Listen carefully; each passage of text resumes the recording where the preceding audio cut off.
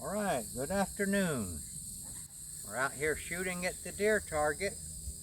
I just fixed my hog target, put a new insert in it, and it's all brand new, ready to go. So I ought to get another year out of that, and now we're going at this deer target over here. All right, the title of the archery part of this video is, do we really have to have an anchor point? Now, I've been taught that my whole life, that just absolutely necessary to have an anchor point. But an anchor point is a manipulation, if you ask me. For instance, with a slingshot, there's no anchor point. A really good slingshot shooter, they just pull it back and shoot it. And I was out here messing around the other day, and I said, because I realized it's taking me a long time to find my anchor point and all that, and by the time I do all that, that deer's going to be out of here. Unless it's the first day of the season. So I was shooting pretty darn good. Now, I'm not a long way away here. I'm about 10 yards right here, but I've had many a shot at a deer at 10 yards. But let's just shoot one right here. And I'm just going to shoot 3-finger under because that keeps it closer to your eye, even if you don't have an anchor point. I like to point the arrow at the target if I can before I shoot it, instead of raising it up to it. So I just look where I want to shoot it. All right, well, let me finish shooting, and then we'll see how it goes. I killed it.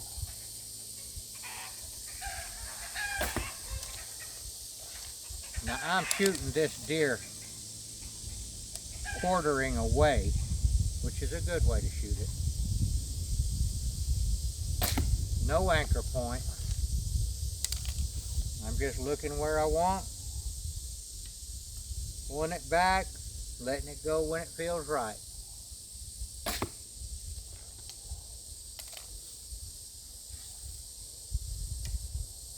If you were quick drawing with somebody in an archery gunfight, the guy that didn't fumble around trying to find his anchor point would get there first.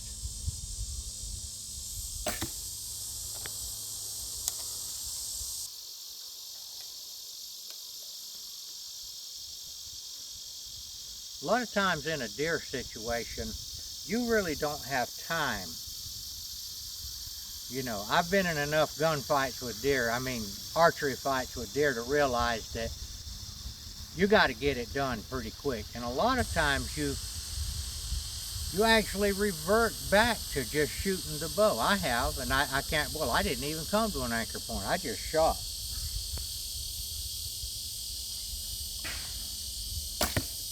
All right, let's look at that grouping right there. Zeroing on that. All right, that's good. That's not too shabby there. All of those were kills. Maybe the first one was a little high. Okay, we're going to pause. Okay, we're going to shoot now at the hog. Now hogs, I've had some close shots at deer, but hogs, you can get even closer shots at them a lot of times. This is point and shoot, no anchor point.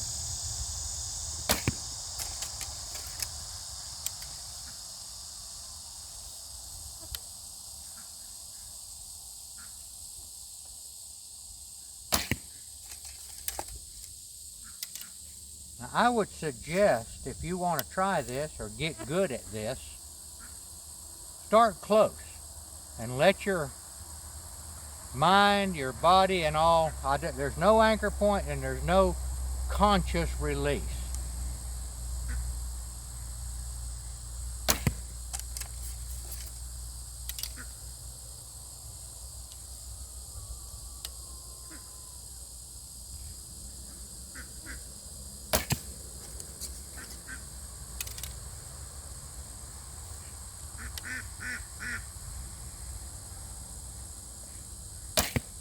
And I tell you the truth, there's no conscious how far back you're going to pull it. It's all by feel. In other words, if you got a long shot, I expect your brain's going to tell you to pull it further. If you're close, you don't need to pull it back that far. This is purely instinctive with no anchor point.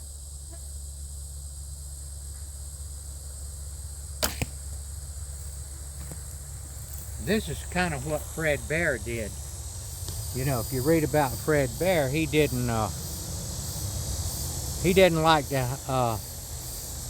hold his bow. He was almost a snap shooter.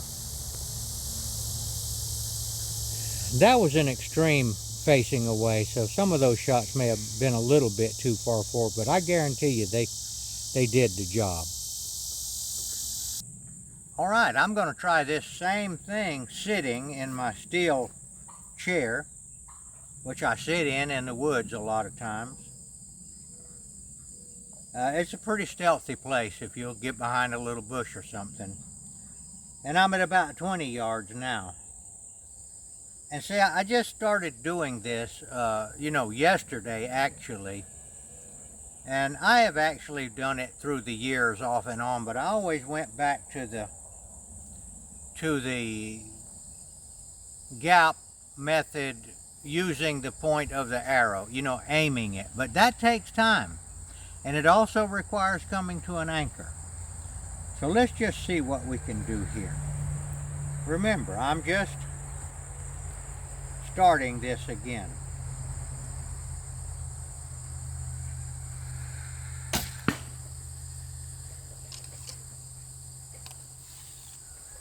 I hit him in the ham there, and that sound was a metal thing inside that cheap deer target.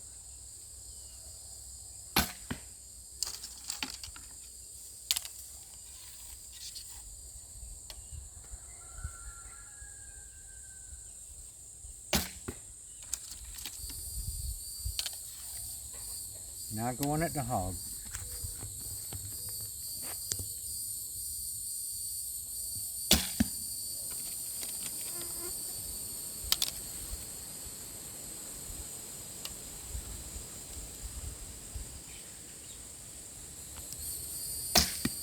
Whoa.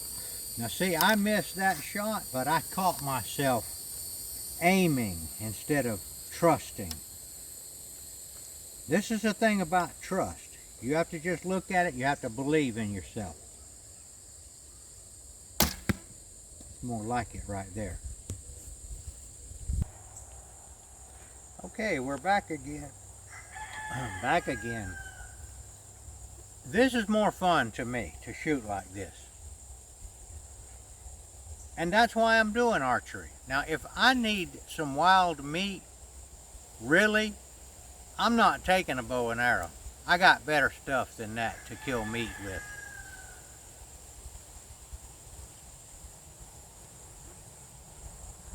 The more gadgetry you put on a bow, I feel like that takes away from the original reason, the original idea of a bow and arrow, a stick with a string and an arrow. I believe that the more we trust in our ability to do this without manipulation, that would be anchor point, that would be sights on the bow, that would even be gap with the point of the arrow method and all that. You just look at what you want to shoot.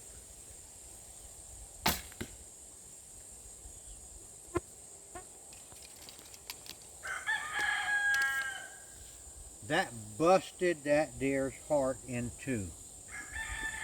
There's a bit of a learning curve in this trusting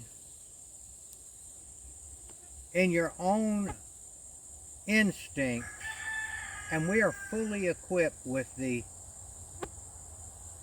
binocular vision, the supercomputer brain power, controlling the muscles to do this task, to pull it back and shoot it. Let's see if I can duplicate that on the hog.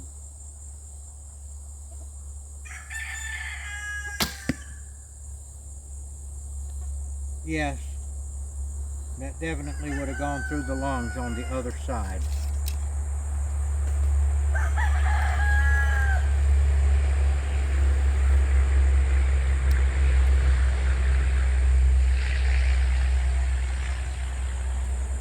Now I try to come up with a spiritual lesson with everything that I do in the way of archery, gardening, fruit trees, cooking, whatever I do, I always search.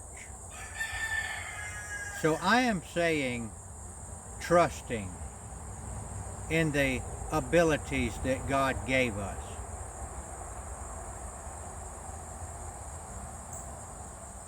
And the parallel to that would be trusting for we believers in Jesus to take care of us in situations where we have no control.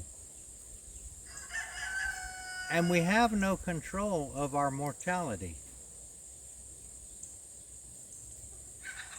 Oh, we might go to the doctor and get patched up or, whatever, but we know it's not going to last very long. Just as I'm trusting my eyes, my brain, my supercomputer that is between my ears, I have control of that stuff. And we know that, I'm telling you, trusting it will get you further with whatever game you're playing, whether it's ping pong, tennis, baseball. It's a reaction sport. These are reaction things. We see what needs to be done, and our brain automatically takes care of it. The things that we can't control, the moment of our death,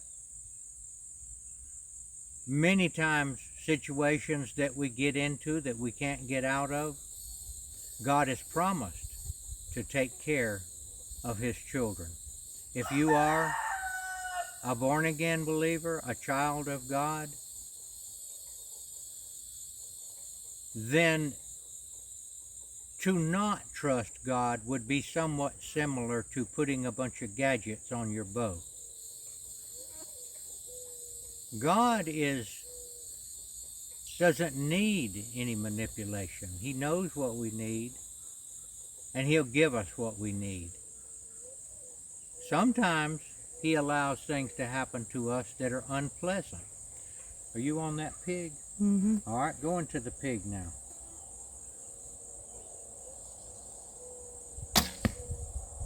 I'll take that one too.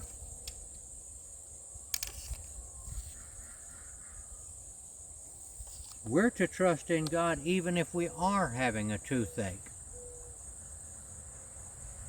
We're having pain. We're having financial difficulty. All of those things are allowed by our Father in heaven for our benefit.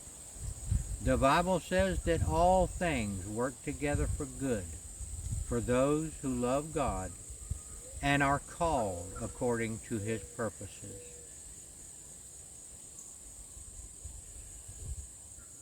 Whether we're going through difficult times, neutral times, or wonderful, joyful times. A state of mind of trusting God, of being content with whatever befalls you, is a wonderful blessing. All right, I'm going to shoot at that deer again. I'm not saying I'm going to hit it. I'm going to trust. I'm not going to anchor. I'm just going to look at it and shoot it.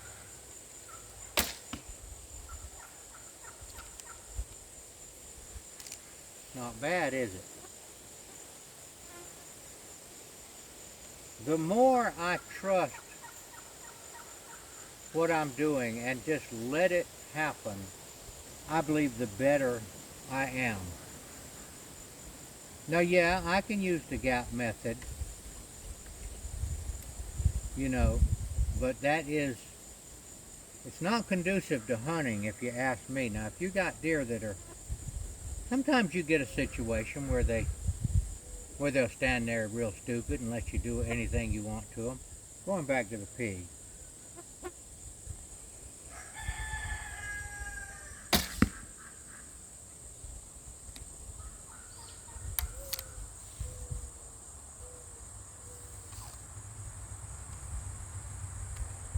Alright, going back to the deer.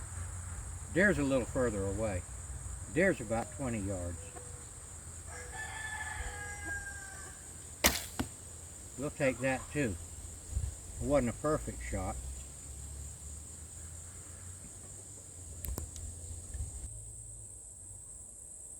I probably couldn't have done any better with the gap method.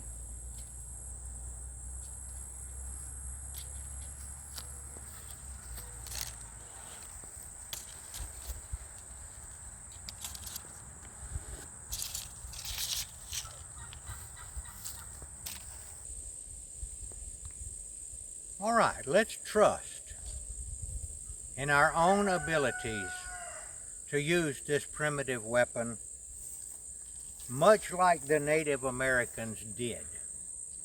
I doubt if they even used an anchor point. We ought to know that from all the Hollywood movies we watch. They never have an anchor point, do they?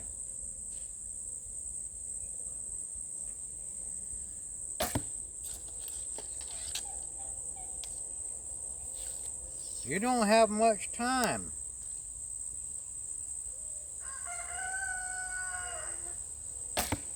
When a deer walks up.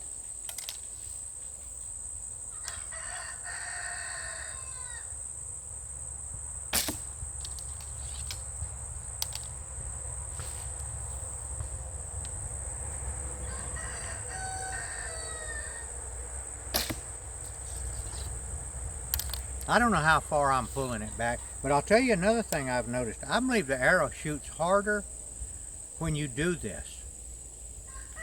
It seems to shoot straighter. I don't think you have to pull it back as far when you get that nice, clean snap release.